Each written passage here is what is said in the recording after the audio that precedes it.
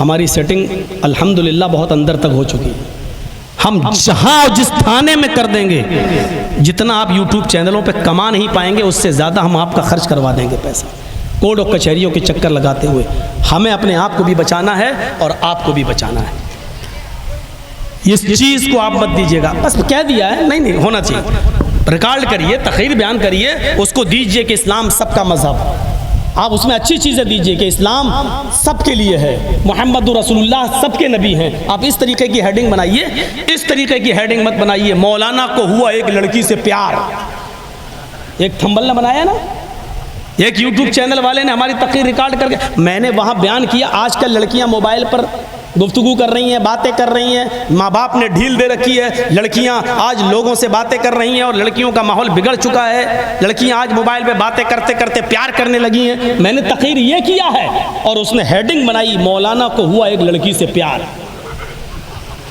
अब बताइए कि ये हेडिंग है, उसको मैंने बैंड कर दिया, वो मेरे किसी जलसे में नहीं आ सकता, मैंने उसको निकाल दिया। मैंने अभी 3 दिन पहले ये तकरीर हुई थी हमारी, वो आया था, मैंने उसको भगा दिया। मैंने कहा तुम्हारे ऊपर बैंड, अब नहीं आओगे तुम, भगा दिया बिल्कुल। ये कोई हेडिंग है?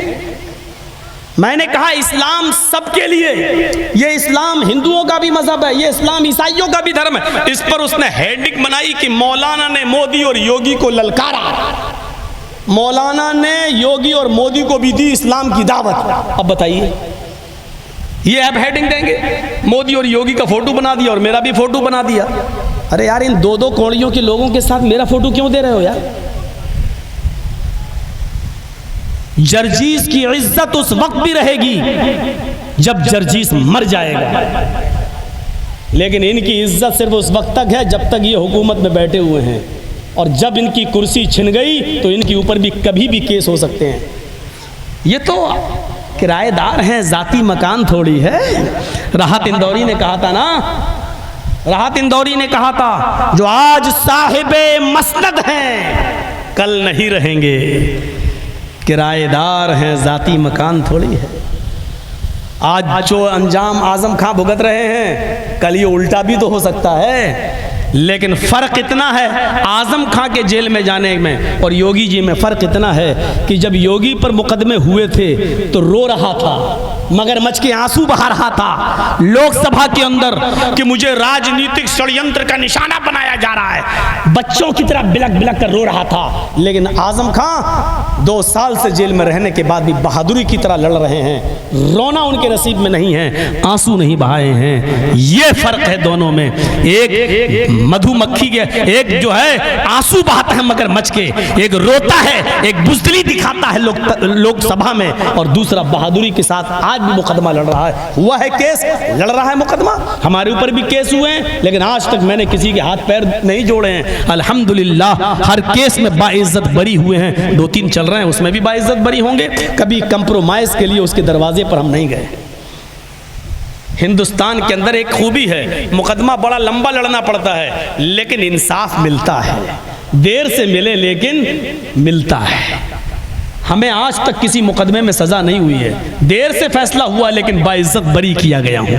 कहा गया कि सबूत जो दिए गए वो उसमें कमी है, पूरे सबूत पुलिस पेश नहीं कर सकी, इसलिए इनको बाइज्जत बरी किया जा रहा है। बाइज्जत बरी देर से ही सही लेकिन होते, ये इंसाफ भी बाकी है। तो मेरे भाइयों ये बताओ लोगों को कि ये इस्लाम तुम्हारा भी है।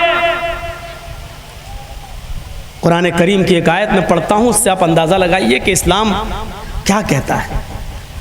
क़ुल या अहलल किताबी तालौ इला कलिमतिन सवाइम बैनना व बैनकुम। आए मोहम्मद सल्लल्लाहु अलैहि वसल्लम, आप कह दीजिए, अनाउंसमेंट कर दीजिए, ऐलान कर दीजिए। किस बात का अनाउंसमेंट, किस बात का ऐलान? या अहलल किताबी तालौ इला कलिमतिन सवाइम बैनना व बैनकुम। ऐ अहले किताब, ये उलमा बैठे हैं माशाअल्लाह, इल्मी माहौल है, बड़ा मदरसा भी है, बच्चे पढ़ते भी हैं, जानते हैं। अहले किताब किसको कहा गया? जिनको किताब दी गई, तौरात, ज़बूर, इंजील, यानी यहूदी और ईसाई वगैरह। अल्लाह ताला उनसे भी कह रहा है, आए नबी कह दो या अहलल किताब, आए यहूदियों, आए ईसाइयों, तालौ इला कलिमतिन सवाइम बैनना व बैनकुम, आओ एक ऐसे कलमे की तरफ, आओ एक ऐसे मूल मंत्र की तरफ जो हमारे और तुम्हारे दरमियान समान है, हमारे और तुम्हारे दरमियान बराबर है। यानी वो तुम्हारा भी कलमा है और हमारा भी कलमा है, वो तुम्हारा भी मंत्र है और हमारा भी मंत्र है। इसका मतलब एक ही कलमा है सारे धर्म का, सारे मजहबों का, मजाहिब के मानने वालों का एक ही कलमा है। और इसीलिए नूह अलैहिस्सलाम जब इस दुनिया में आए तो उनका कलमा था ला इलाहा इल्लल्लाह। मूसा इस दुनिया में आए तो उनका कलमा था ला इलाहा इल्लल्लाह। ईसा इस दुनिया में आए तो वो भी पढ़ते थे ला इलाहा इल्लल्लाह। मोहम्मद इस दुनिया में आए तो कलमा था ला इलाहा इल्लल्लाह। कलमे का मूल मंत्र नहीं बदला गया। नबियों के हिसाब से दूसरा जुज, दूसरा हिस्सा, दूसरा पार्ट बदला गया। उस जमाने में जो नबी था उसका नाम लिया गया ला इलाहा इल्लल्लाह नूह रसूलुल्लाह, ला इलाहा इल्लल्लाह मूसा रसूलुल्लाह, ला इलाहा इल्लल्लाह ईसा रसूलुल्लाह। और जब मोहम्मद रसूलुल्लाह आए तो कहा गया ला इलाहा इल्लल्लाह मुहम्मदुर रसूलुल्लाह। दूसरा जुज बदला गया लेकिन पहला जुज कभी नहीं बदला गया। यानी कलमे का पहला जुज सबका एक था। तो कुरान ने क्या कहा? आओ एक ऐसे कलमे की तरफ। इसका मतलब कलमा भी सबका एक है। हम क्यों हिंदू धर्म से नफरत करेंगे? हमें क्यों हिंदू धर्म से घृणा और नफरत होगी? आपका भी वही मंत्र है। ये अलग बात है कि अब ला इलाहा इल्लल्लाह की जगह उसको संस्कृत में कह दिया गया एकम ब्रह्मादित्य नास्ते न नास्ते किंचन। और बाइबल में इसको कह दिया गया there is no god but God is only one. और इसी को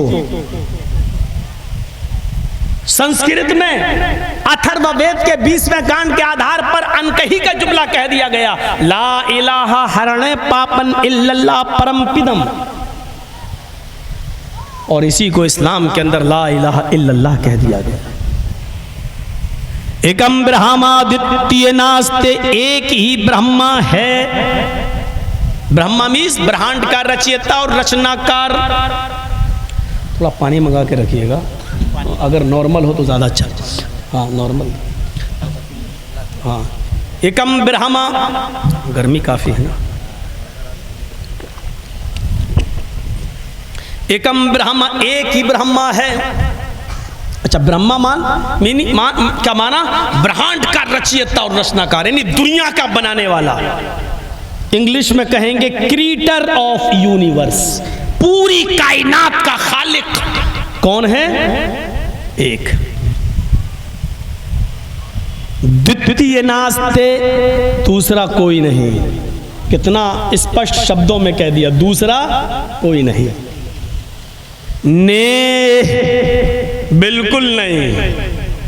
ना ना, हरगिज नहीं। किंचन, जरा सा भी नहीं। इतना जबरदस्त तो इस्लाम हमारे यहां पर भी नहीं कहा गया। सिर्फ ला इलाहा इल्लल्लाह, अल्लाह के अलावा कोई माबूद नहीं, हमारे इतना कहा गया। हिंदू धर्म के अंदर शायद जानते थे कृष्ण जी और रामचंद्र जी कि ये आसानी से नहीं मानेंगे, इसलिए इसको बहुत ज्यादा स्पष्ट शब्दों में कहो। एकम ब्रह्मा, एक ही है इस दुनिया का बनाने वाला, इस कायनात का मालिक, master of world, creator of universe, खालिके कायनात, इस दुनिया का रचयिता और रचनाकार, इस नीले जगत का स्वामी एक ही है। द्वितीय नास्ते, दूसरा नहीं। ने, बिल्कुल नहीं। ना ना, हरगिज नहीं। किंचन, जरा सा भी नहीं। कितने सख्त शब्दों में कहा गया।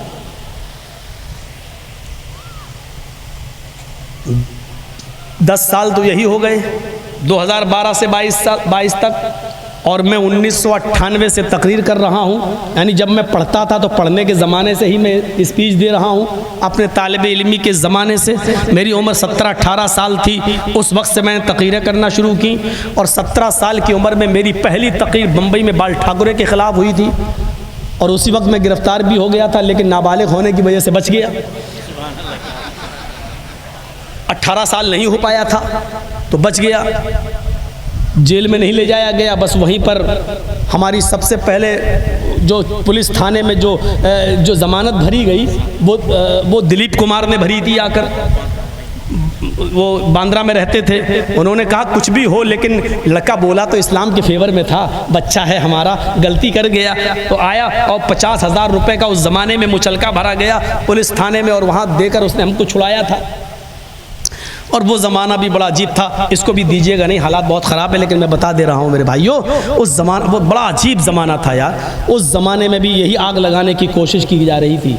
मोहम्मद अय्याश था, उफ, हमारे नबी के बारे में, जिसके हया का और शर्म का आलम यह था कि एक औरत ने अपना हाथ बढ़ाकर कहा था कि मुझसे हाथ मिला लीजिए, अरे अल्लाह के नबी, मैं आपके हाथ पर हाथ रखकर बैत करना चाहती हूँ कि मैं शिर्क नहीं करूँगी, चोरी नहीं करूँगी, जिना नहीं करूँगी। तो अल्लाह के रसूल से सहाबा हाथ मिला रहे थे, ऐसे हाथ पे हाथ रखकर बैत कर रहे थे कि मैं शिर्क नहीं करूँगा, चोरी नहीं करूँगा, जिना नहीं करूँगा, जुआ नहीं खेलूँगा, शराब नहीं पीऊँगा। तो औरतों ने समझा कि शायद हाथ मिलाना ज़रूरी है बैत के लिए, तो एक औरत ने पर्दा उठाकर ऐसे हाथ बढ़ाया और कहा कि मुझसे हाथ मिलाइए, मैं भी बैत करती हूँ कि चोरी नहीं करूँगी, शिर्क नहीं करूँगी, जिना नहीं करूँगी, शराब नहीं पीऊँगी। तो अल्लाह के नबी ने जब उस हाथ को देखा तो आपने चेहरा फेर लिया और फरमाया, ए औरत, ए खातून, हाथ को अंदर कर ले। मोहम्मदुर रसूलुल्लाह किसी औरत का चेहरा तो दूर, उसकी हाथ की हथेली भी देखना गवारा नहीं करता, जिसकी हया और शर्म का ये हाल था। आज तो बड़ी आसानी के साथ हम जैसे मुल्ला मौलवी जवान जवान लड़कियों को अपने सामने बिठा के दम करना शुरू कर दें और इसको इस्लाम का नाम दे दें। कुछ भी कह लो, ये कठ मुल्लाओं का दीन तो हो सकता है, लेकिन मोहम्मदुर रसूलुल्लाह का इस्लाम नहीं हो सकता है। ये हमारी घर की शरीयत तो हो सकती है, लेकिन किसी 18-20 साल की लड़की को अपने सामने बिठाकर उस पर दम करना, उसका चेहरा खुला रखकर उसके ऊपर दम करना, ये मोहम्मदुर रसूलुल्लाह की शरीयत नहीं हो सकती है। बुलाए हो तो सुनना पड़ेगा, और आपके इलाके में अगर ऐसा होता है तो बंद कराना होगा। गलती हमारी है तो हमें अपनी गलती मानना होगी, लेकिन हम ये नहीं कह सकते कि चलो कुरान ही तो दम कर रहे हैं, अल्लाह का कलाम ही तो है। अल्लाह का कलाम है तो इसका ये मतलब नहीं अल्लाह के कलाम को रसूल के तरीके के खिलाफ इस्तेमाल करोगे। यकीनन कुरान को पढ़कर दम करना, मुअव्वज़तैन कुल औज़ु बिरब्बिल फलक कुल औज़ु बिरब्बिन नास पढ़कर दम करना जायज़ है, सूरह फातिहा पढ़ के दम करना जायज़ है, लेकिन उसूल इस्लामी होना चाहिए। किसी भी जवान औरत को उठाकर, यहाँ तो बाकायदा बाल पकड़ता है, कहाँ से आया बोल, देखते हो ना कैसे बाल पकड़ता है औरत के बाल, बोल कहाँ से, ये तरीका आप इस्तेमाल कर रहे हैं। हमें शर्म इन मौलवियों पर नहीं आती है जो ऐसा कर रहे हैं, हमें शर्म उन माँ बाप पर आती है जो अपनी जवान जवान बेटियों को लेकर ऐसे जाहिल कठमुल्लाओं के पास पहुंचकर उनसे अपना इलाज करा रहे हैं। बहुत गर्म है, थोड़ा रखिए। तो समझ रहे हैं आप, पर्दा कराइए, पर्दे की ओर से कुरान पढ़िए।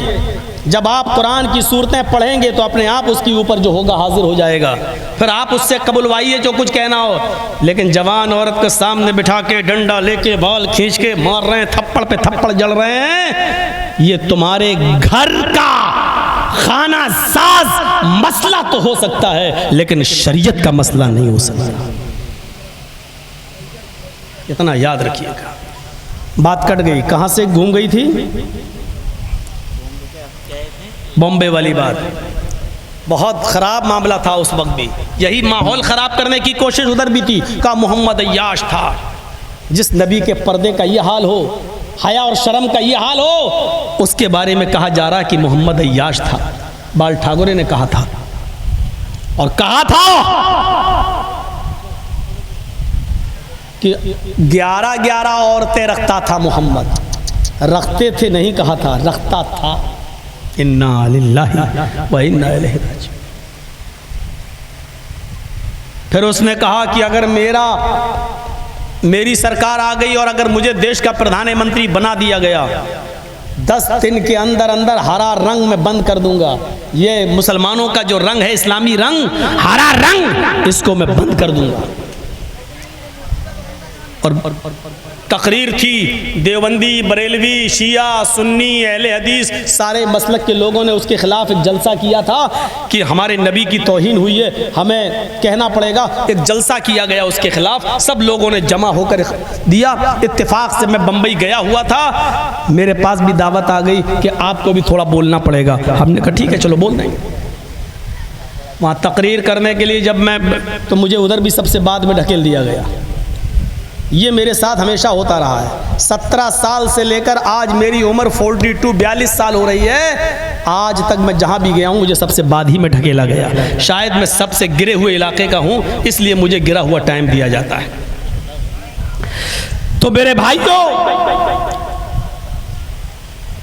अब वहाँ अब मैं देख रहा हूँ कि वहाँ सारे लोग बड़े अदब से बोल रहे हैं। बाल ठाकुरे जी को माफ़ी मांगना चाहिए, यहाँ जी। और मुझे गुस्सा आ रहा था कि जब इसने इतना बुरा बोला है तो उसको जी जी क्यों कह रहे हैं ये लोग, जितने मुल्ला मौलवी बैठे। ठाकुरे जी माफ़ी मांगो। अरे भैया, माफ़ी मांगने से क्या हो जाएगा?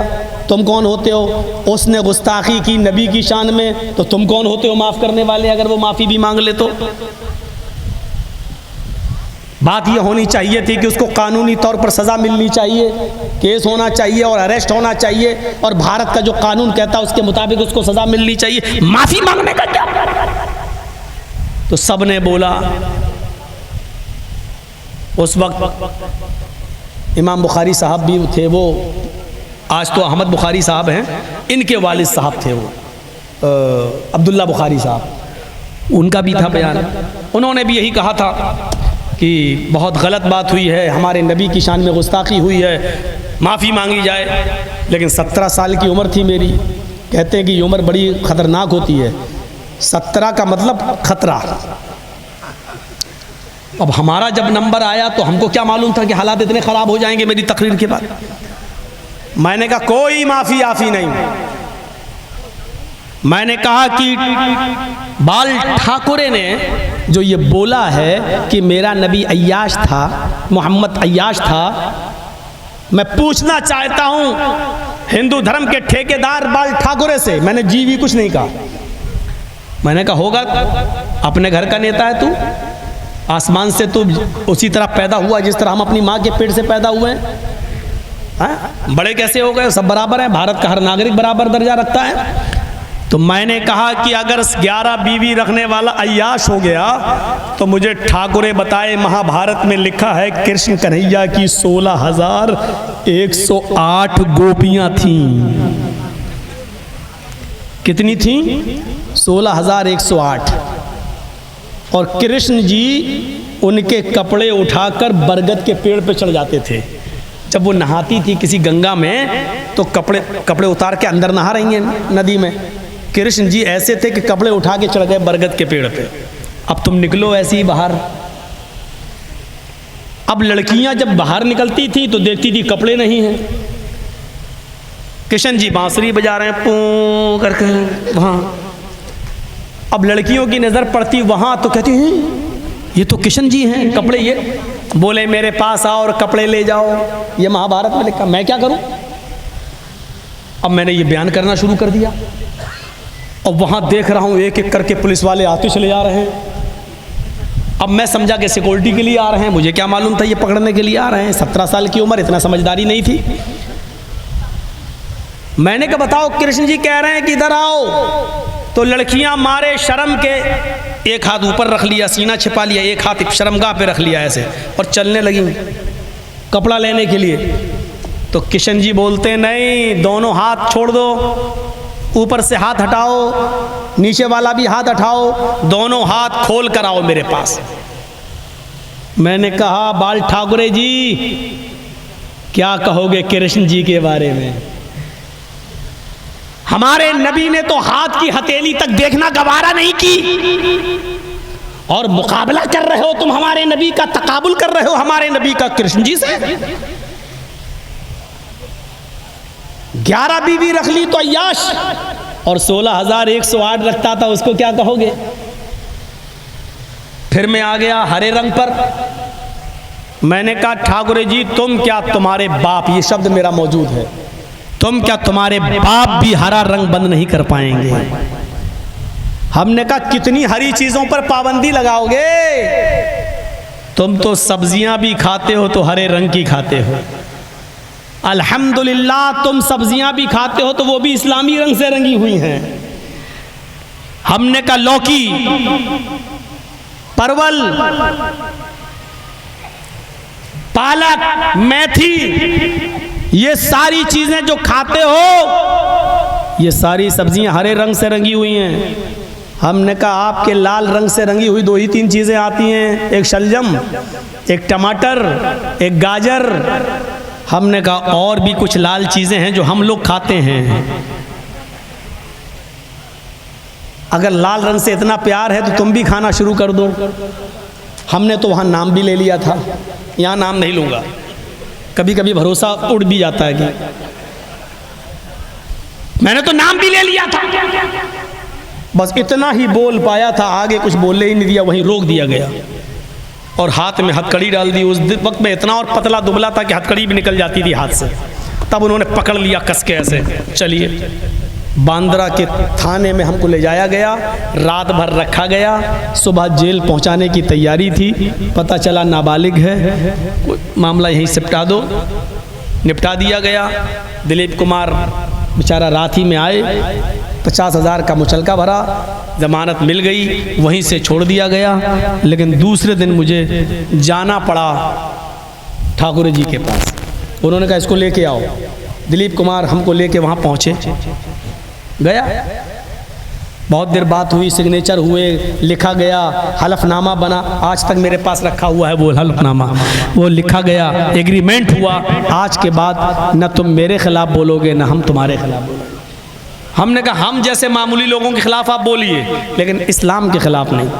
हम ना आपके मज़हब के खिलाफ बोलेंगे, ना आप हमारे धर्म के खिलाफ बोलेंगे। इस पे कंप्रोमाइज़ हुआ। उसके बाद वहाँ से चले तो बाल ठाकुरे ने हमसे कहा कि मौलाना साहब, गंगा को माँ और गाय को माँ मानने में ऐतराज़ क्या है? भाई अगर माँ के पेट से बच्चा पैदा होता है, गाय भी बच्चा देती है, तो अगर माँ समान कह क्या दिक्कत है? हमने कहा कोई दिक्कत नहीं है, लेकिन ये बताइए कि फिर बकरी को और भैंस को आप बहन और बेटी का भी दर्जा नहीं देते? वो भी तो बच्चा पैदा करती है, वो क्या कुछ और पैदा करती है? शुद्ध दूध देती है गाय, अगर इसलिए वो माँ है तो भैंस भी तो दूध देती है। हमने कहा गाय अगर 5-6 किलो दूध देती है तो भैंस तो 10-12 किलो दूध देती है। हमने कहा अगर गाय माँ हो सकती है तो भैंस नानी क्यों नहीं हो सकती है? हमें समझाने की कोशिश करो। वो कहता रे छोड़ो यार, गंगा को मैया क्यों नहीं मानते हो? हमने कहा गंगा को माँ इसलिए नहीं मानता हूँ क्योंकि हमारा अकीदा है कि माँ अपने बच्चे से बहुत प्यार करती है, वो माँ ही नहीं जो अपने बच्चे को मार डाले। कहता ये तो बात सही है, तो क्या गंगा मार डालती है? हमने कहा हाँ, जो तैरना जानता वो तो बच गया, जो तैरना ना जानता वो ओम गणेशाय स्वाहा डूब के मर रहा है।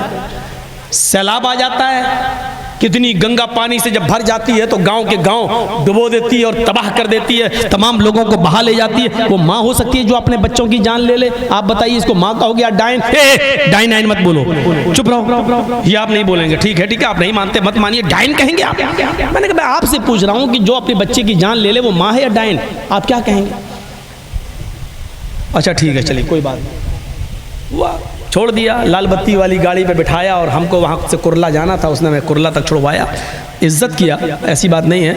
तो उस वक्त भी माहौल ख़राब करने की कोशिश की गई थी, माहौल आज भी ख़राब करने की कोशिश की जा रही है।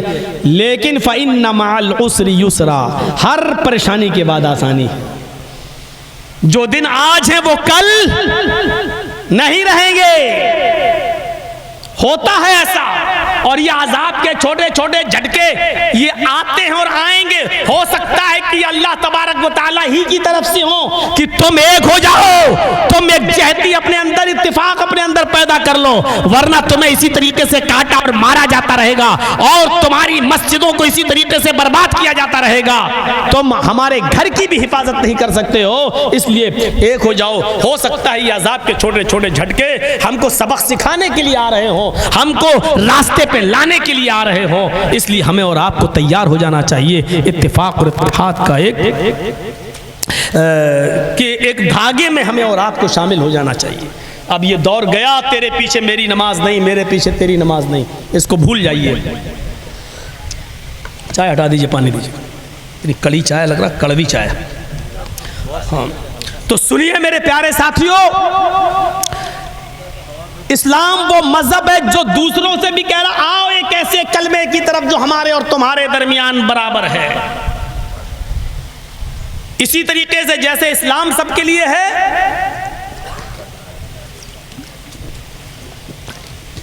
वैसे ही मोहम्मद रसूलुल्लाह भी सबके लिए है, अलग नहीं किया गया।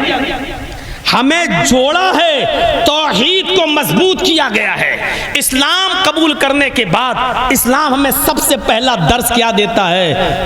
मायूसी निकाल कर एक अल्लाह पर मुकम्मल भरोसा करने वाले बन जाओ।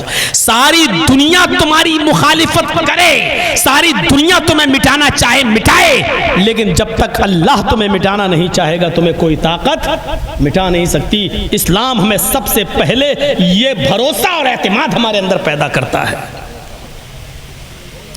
अल्लाह का कोई काम हिकमत से खाली नहीं है।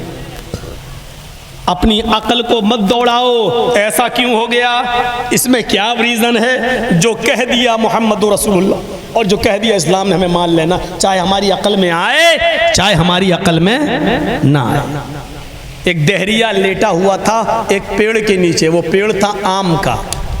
दहरिया जानते हैं ना, दहरिया जो अल्लाह, नबी, कुरान, इस्लाम किसी को नहीं मानता, नास्तिक जो किसी को नहीं मानता, वो लेटा हुआ था एक आम के पेड़ के नीचे। उसकी नज़र खेत पर पड़ी, वहाँ तरबूज लगा हुआ था। उसने कहा देखो अल्लाह कितना बड़ा बेवकूफ़ है, देख रहे हैं आप। उसने कहा कि अल्लाह कितना बड़ा पागल है, जो छोटा फल था उसको तो ऊपर लगा दिया, और जो इतना बड़ा तरबूज है, इतना बड़ा फल है, उसको ज़मीन पे लगा दिया। अब बताओ, इसकी चोरी तो आसानी से हो सकती है जो बड़ा फल है, और जो छोटे फल को जिसकी चोरी हो जाए कोई फर्क नहीं पड़ता, उसको ऊपर लगा दिया। कितना बड़ा बेवकूफ़ है, अल्लाह से बड़ा तो कोई पागल ही नहीं है। इसलिए मैं कहता हूँ अल्लाह है ही नहीं, अल्लाह नाम की कोई चीज़ ही नहीं। अगर अल्लाह होता तो तरबूज को ऊपर लगाता और आम को नीचे लगाता। अभी वो ये कह ही रहा था कि इतने में हवा चली, हवा थोड़ी सी तेज हुई, आम का पेड़ आम से टकराता है और एक आम टूटकर उसकी नाक पर गिरता है, चोट लगी उसको। वो कहता अल्लाह है। अब यकीन आ गया, वाकई उसने बिल्कुल सही किया है। अगर इस पेड़ पर यह तरबूज लटका होता और वो टूट कर मेरी नाक पे गिरता तो मेरा चेहरा भी बदल जाता, दांत भी टूट जाते, नाक भी पिचक जाती और मेरा थूथड़ा बदल जाता। नहीं, अल्लाह है। उसी दिन उसको समझ में आ गया कि अल्लाह का हर काम हिकमत से भरा पड़ा है, और वो इस्लाम ले आया। उसने कुरान को पढ़ना शुरू कर दिया। एक दिन की जिंदगी और एक आम के गिर जाने से उसने अपनी जिंदगी बदल कर अल्लाह का इकरार कर लिया और कुरान पर चलने वाला बन गया।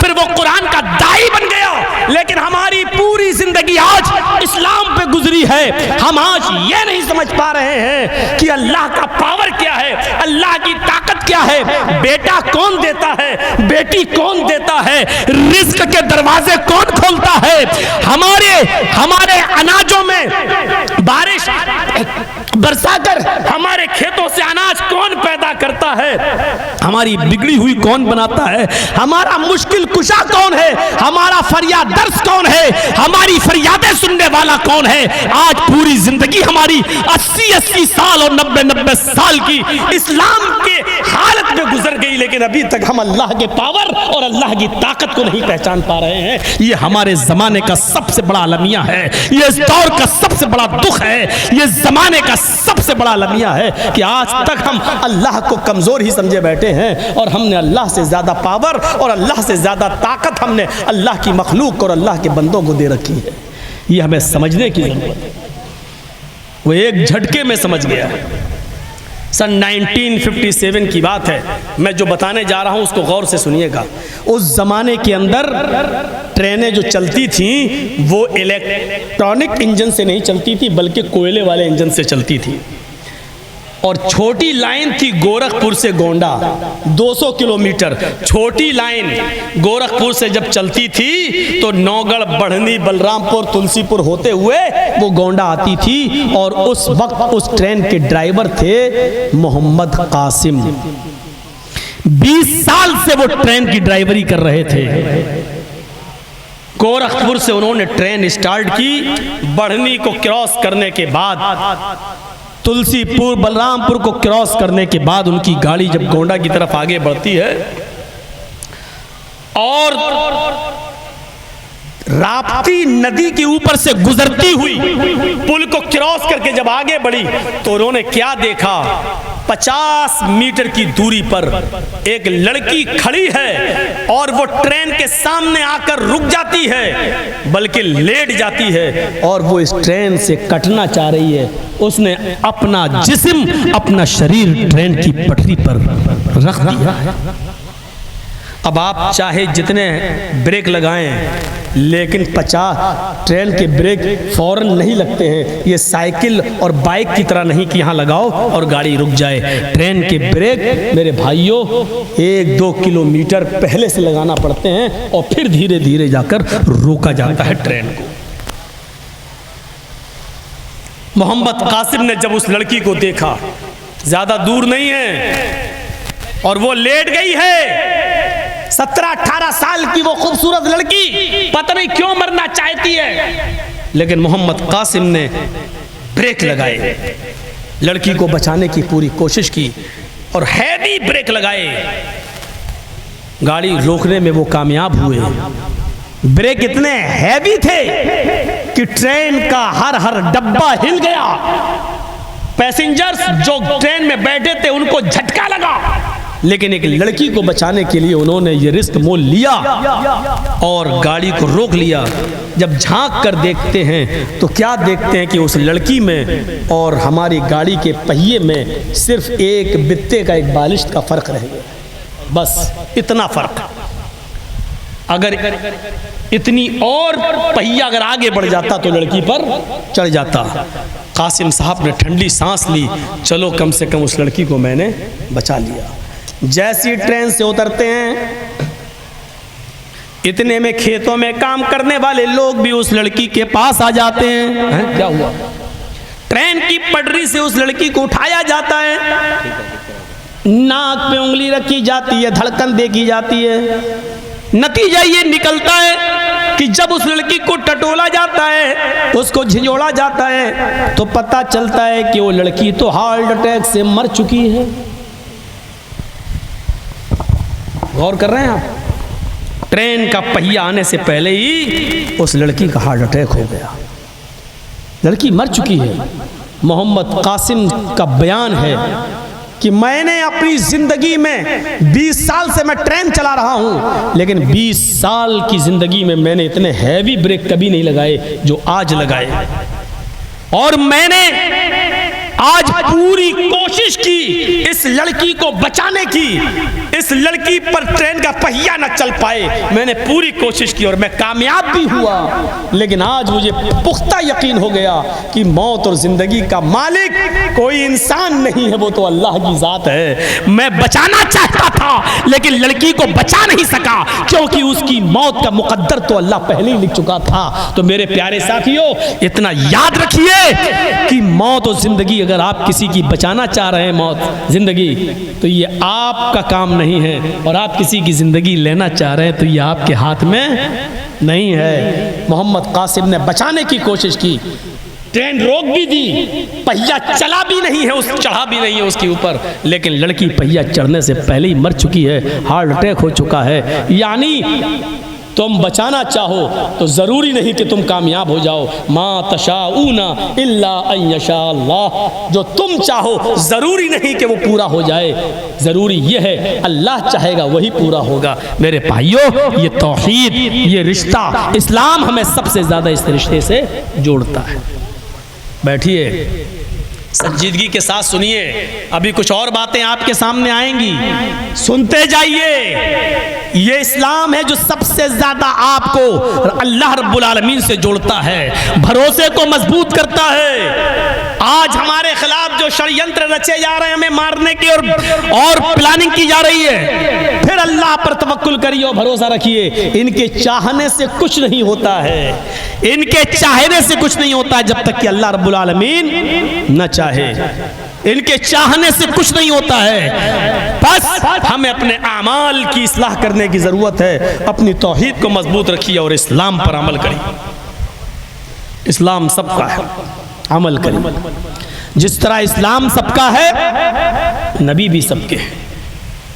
भागवत पुराण और कल्कि पुराण जो हिंदू धर्म के बहुत बड़े ग्रंथ माने जाते हैं और वेदों की तफसीर कहलाते हैं, इन पुराणों में बहुत से नबियों के आने का वर्णन मिलता है। तकरीबन 64,000 ऋषि और मुनि, 64,000 पैगंबर के आने का, लेकिन आखिरी नबी का नाम मोहम्मद बताया जाता है कि आखिर में जो नबी आएंगे उनका नाम मोहम्मद होगा। अज्ञान हेतु किरत मोह मदान्धिकारम नाशम विधायम हि तदोदयते विवेका। मोहम्मद नाम के एक आदमी, मोहम्मद नाम का एक पुरुष जन्म लेगा।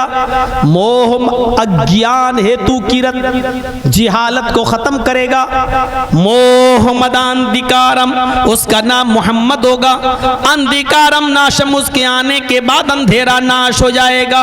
मोह मदान्धिकारम नाशम, उसके आने के बाद अंधेरा मिट जाएगा। यानी मोहम्मद सल्लल्लाहु अलैहि वसल्लम के आने से पहले बहुत अंधेरा होगा। अरब के अंदर कितना अंधेरा था। जुआ ऐसा खेला जाता था कि लोग जुए में रकम हार जाते थे तो अपनी बिल्डिंग, अपना मकान जुए में लगा दिया करते थे, और जब मकान और बिल्डिंग भी जुए में हार जाया करते थे तो अपनी बीवी जुए में लगा दिया करते थे, और बीवी भी जुए में हार जाया करते थे तो अपनी पत्नी अपनी बेटी, जवान बेटी जुए में लगा दिया करते थे। शराब तो इतनी पीते थे, उनके घर में जब कोई बच्चा पैदा होता था तो माँ उसको अपना दूध नहीं पिलाती थी, बल्कि सबसे पहले खानदान की जो परंपरा थी, शराब की बूंदें, शराब के ड्रॉप्स, वो उस बच्चे के हलक में डाला जाता था। ये कहा जाता था कि बेटा, बड़े होने के बाद शराब पीना तेरा पैदाइशी हक है, क्योंकि इसकी आदत मैंने तेरे अंदर पैदा होते ही डाल दी है। ये अरब का एक मिजाज था, अरब के अंदर शराब का ये माहौल था कि पैदा होने के बाद बच्चे के गले में सबसे पहले खजूर या छुआरा चबाकर या शहद नहीं चटाया जाता था, बल्कि सबसे पहले शराब के ड्रॉप्स, शराब की बूंदें उसके गले में डाली जाती थी। लड़कियों का हाल इतना बुरा था कि जब कोई बच्ची पैदा होती थी माँ के पेट से, उसको 4 साल तक पाला जाता था, और जब वो अब्बू और अम्मी कहने लगती थी तो 4 साल के बाद उसको उसका जालिम बाप नहलाकर धुलाकर नए कपड़े पहन पहनाकर मेला ले जाने के बहाने उसको घर से ले जाता था और जंगल में पहले से गड्ढा खोद दिया करता था। कहता था बेटी इस गड्ढे में, इस गड्ढे में झांक कर देखो, तुम्हें तुम्हारी अम्मी नजर आएंगी। बेटी अपनी माँ को देखने के लिए जब उस गड्ढे में झांक कर देखती थी तो पीछे से उस बच्ची को धक्का दे दिया जाता था और फिर मिट्टी उसके गड्ढे पर उसके सर पे डालना शुरू कर दिया जाता था और वो अब्बू अब्बू चिल्लाती रहती थी, चीखती रहती थी। लेकिन इस जालिम बाप को उस वक्त भी रहम नहीं आता था और जब तक उसकी आखिरी आवाज भी खत्म नहीं हो जाती थी, निकल न जाती थी, ये जालिम बाप अपनी बच्ची की आखिरी सांस के उखड़ जाने का इंतजार उसी कब्र, उसी गड्ढे के पास किया करता था। कुरान करीम ने इस बुरी रस्म को खत्म करने के लिए अहले अरब को मुखातब करके कहा, आए अरब वालों, अपनी बच्चियों को दफनाना छोड़ दो, इनको मारना छोड़ दो। जो लड़कियां जिंदा दफन की गई हैं, कयामत के दिन अल्लाह ताला इन बच्चियों से पूछेगा, वइज़ल मौऊदतु सुइलत बिअय्यि ज़ंबिन कुतिलत।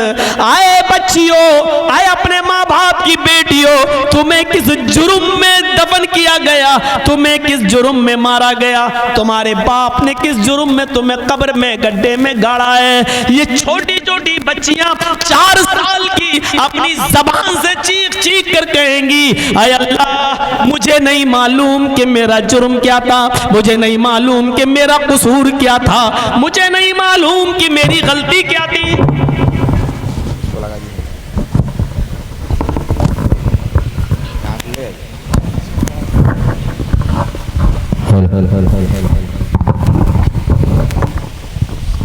मुझे नहीं मालूम कि मेरी गलती क्या थी, बस शायद मेरी सबसे बड़ी गलती ये थी कि तूने मुझे इस घर में लड़की बनाकर पैदा किया था। आय अल्लाह, अगर मैं बेटी ना होती, अगर मैं लड़की ना होती तो मुझे दफन न किया जाता। मेरा कसूर ये था कि मैं एक लड़की बनकर इस घर में पैदा हुई। ये हाल था लड़की, इतना अंधेरा था वहां, इतनी जिहालत थी और इतना अंधकार था अरब की सरजमीन पर। आप अंदाजा लगा सकते, अंधकारम नाशम, मोहम्मद आएंगे तो अंधेरे को नाश कर देंगे सल्लल्लाहु अलैहि वसल्लम। ये था माहौल वहां का। इसलिए मोहम्मद रसूलुल्लाह सल्लल्लाहु अलैहि वसल्लम की 8 खूबियां बताई गई हैं। जरा गौर से देखिएगा, 8 खूबियां। अश्वमा शुगमारूहा देवदत्त जगतपति आसिना साधुदमनम षडेश्वर्या गुणन्विता।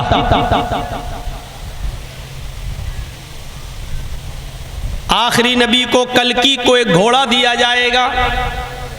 देखिए पहली चीज क्या बताई, एक घोड़ा दिया जाएगा। ये 8 चीजें नहीं, अभी एक पहचान बताई। अश्वमा शुगमारूहा, कल्कि को एक घोड़ा दिया जाएगा। शुगमारूहा, बिजली से भी ज्यादा तेज स्पीड से, बिजली से भी ज्यादा तेज रफ्तार से उड़ेगा, यानी बुर्राक। देवदत्त, देव अल्लाह का नाम, दत्त मानी देगा, देवदत्त वो घोड़ा अल्लाह की तरफ से मिलेगा, यानी वो मोहम्मद साहब का घोड़ा नहीं होगा, यानी बुर्राक अल्लाह की तरफ से आई थी।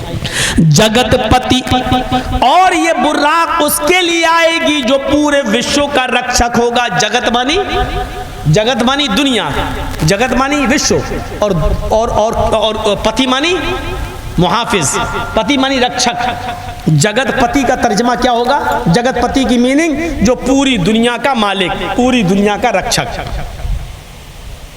मोहम्मद रसूलुल्लाह पूरी दुनिया के लिए नबी बनकर आए, रहमतुल लिल आलमीन, पूरे विश्व के लिए रहमत। जगत पति, पति के माना दूल्हा नहीं होता है, ये दिमाग से निकाल दीजिएगा। हमारे यहाँ पति को, दूल्हा को बोलती हैं औरतें, वो एक अलग बात है, लेकिन पति की मीनिंग दूल्हा नहीं होता है। पति के माना होते रक्षक। अगर पति के माना दूल्हा करने लगो तो कितनी खराबी पैदा होगी। राष्ट्रपति क्या मीनिंग करोगे? पूरे देश, पूरे राष्ट्र का पति। APJ अब्दुल कलाम तो एक औरत के पति नहीं रहे, तो पूरे देश के पति क्या होंगे? सेनापति क्या तर्जमा करोगे? पूरे फौज का दूल्हा। जिसके पास कई लाख रुपए हो जाएं, कुछ करोड़ रुपए हो जाएं, तो क्या कहते हैं? लखपति, करोड़पति। तो लखपति का मतलब क्या है? 1 लाख औरतों का दूल्हा। और करोड़पति का तर्जुमा क्या करोगे? 1 करोड़ औरतों का दूल्हा। और आपके इलाके में तो माशाल्लाह पैसा बहुत है। 20 घंटे हो गए, 16 घंटे लोगों ने बताया बहुत पैसा है मौला, अल्लाह ताला ने बहुत दिया है इन लोगों को। लेकिन उस पैसे के हिसाब से दिल कितना बड़ा है, इसको समझने के लिए मुझे 2-4 दिन रहना पड़ेगा आपकी बस्ती में। फौरन हम तहकीक, किसी ने कह दिया फौरन मान लो, ये मेरी आदत नहीं है। दिल भी होना चाहिए। पैसा अगर अल्लाह ने दिया है, ये वाकई बहुत बड़ी नियामत है। और एक मसला याद रखिएगा, पैसा कमाना कोई बुरी चीज नहीं है। वो मौलवी और होंगे कि दुनिया छोड़ दो, दुनिया से अलग हट जाओ, अरे दुनिया छोड़ो, ये दुनिया ने सबको बर्बाद किया। नहीं, किसने कहा कि दुनिया से कतई ताल्लुक हो जाओ? किसने कहा है कि दुनियादारी छोड़कर किसी जंगल में चले जाओ, अल्लाहू अल्लाहू अल्लाहू बैठ के रटने लगो और मोहल्ले वालों की रोटियों के टुकड़ों पे पलो? किसने कहा आपसे? नहीं। माल कमाना, दौलत कमाना ये बुरी चीज नहीं है। बुरी चीज यह है कि दौलत को नाजायज तरीके से कमाओ और नाजायज तरीके पर खर्च करो, यह है बुरी चीज। जायज तरीके से दौलत को कमाना और जायज तरीके से दौलत को खर्च करना, यह इस्लाम ने आपको एक हिस्सा दिया है। अल्लाह ने यह नहीं कहा आप दुनिया छोड़ दो। कुरान पढ़िए, बहुत चीजें मिलेंगी आपको। कुरान सिर्फ एक जगह तक महदूद मत रख दो कि कोई दुकान खुलेगी तो हम कुरान पढ़ेंगे, कोई मर जाएगा तो हम कुरान पढ़ेंगे, फिर हम कुरान नहीं पढ़ेंगे, हैं?